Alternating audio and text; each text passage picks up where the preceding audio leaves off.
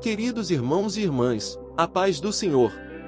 Hoje, vamos meditar no capítulo 6 do Evangelho de Lucas, um texto riquíssimo que nos ensina sobre o verdadeiro significado do discipulado.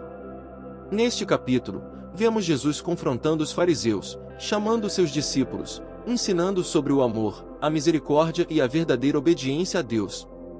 O capítulo 6 é um dos textos mais profundos das Escrituras, pois contém ensinamentos que nos desafiam a viver um cristianismo autêntico, onde o amor supera a religiosidade e a graça se manifesta em nossas ações.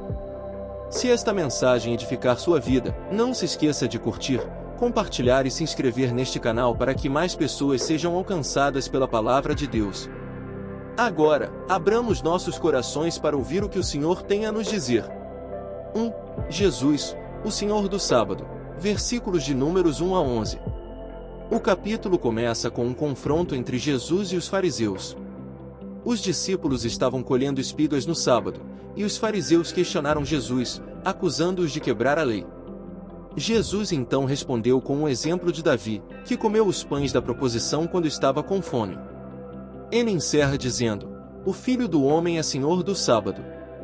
Versículo de número 5.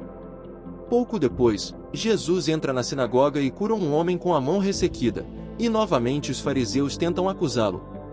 Essa passagem nos ensina que Deus deseja misericórdia e não sacrifícios vazios. Jesus veio para restaurar vidas, e não para aprisionar as pessoas a regras sem amor. 2. O chamado dos 12 discípulos, versículos de Números 12 a 16.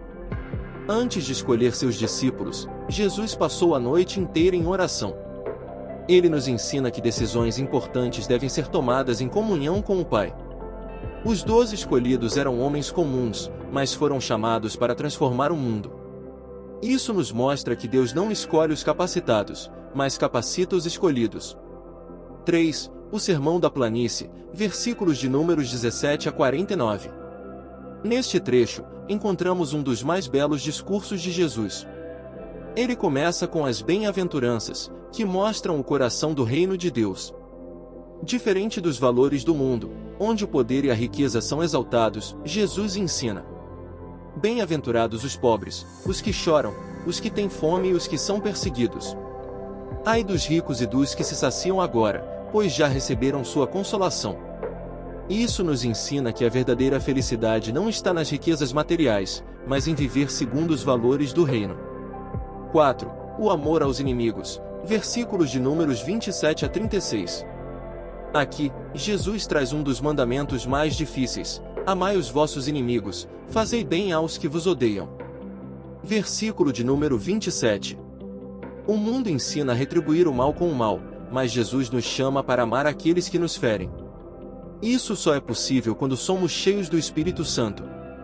5. O perigo do julgamento, versículos de Números 37 a 42. Jesus nos alerta contra o julgamento precipitado. Não julgueis, e não sereis julgados. Versículo de número 37. Muitas vezes, criticamos os outros sem olhar para nossas próprias falhas. Jesus nos chama a olhar para nós mesmos primeiro e agir com misericórdia. 6. A árvore e seus frutos, versículos de Números 43 a 45. Jesus ensina que cada árvore é conhecida pelo seu fruto. Versículo de número 44. Isso significa que o verdadeiro cristão não é aquele que apenas fala bonito, mas aquele que demonstra seu amor por meio de suas ações. 7. Os 2 alicerces, versículos de Números 46 a 49. Jesus termina seu sermão com uma parábola. O homem prudente construiu sua casa sobre a rocha. O homem insensato construiu sua casa sobre a areia. Quando veio a tempestade, apenas a casa sobre a rocha permaneceu de pé. Isso nos ensina que devemos fundamentar nossa vida em Cristo, pois somente Ele é a rocha inabalável. O capítulo 6 de Lucas nos ensina lições profundas. 1. Jesus é o Senhor do Sábado, e a vida cristã deve ser baseada no amor e não em regras vazias. 2. O chamado ao discipulado exige entrega e comunhão com Deus. 3. Os valores do reino são opostos aos do mundo. 4.